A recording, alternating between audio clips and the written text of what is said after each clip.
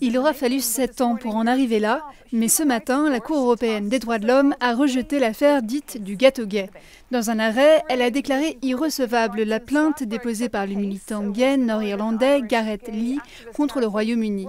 Pour résumer l'histoire, en 2014, Gareth Lee s'est rendu dans une boulangerie chrétienne de Belfast, en Irlande du Nord, pour commander un gâteau portant le slogan « Soutenez le mariage gay » et représentant les personnages de Sesame Street, Bert et Ernie.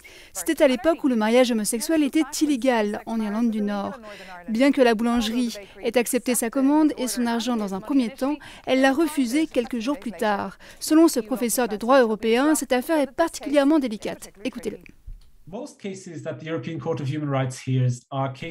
La plupart des affaires dont la Cour européenne des droits de l'homme se saisit sont celles où un État viole les droits de l'homme d'une personne.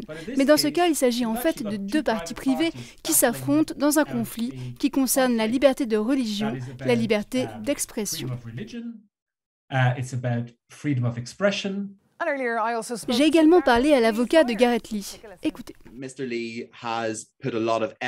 Monsieur Lee a mis beaucoup d'efforts, de sueur et de larmes dans cette affaire et je pense que la fermeture de ce dossier, dans un sens, est une bonne chose. Mais il est déçu. Ce type d'affaire peut ne pas se terminer parce que la Cour européenne ne s'est pas attaquée au problème, n'a pas apporté de clarté et par conséquent, l'incertitude en Irlande du Nord demeure.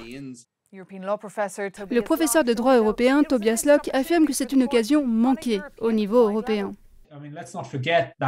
N'oublions pas que la Cour européenne des droits de l'homme statue sur des affaires au nom de 47 États. Ces affaires sont contraignantes pour 47 États, dont beaucoup n'ont pas un très bon bilan en matière de droits de l'homme, en particulier en ce qui concerne les personnes LGBT.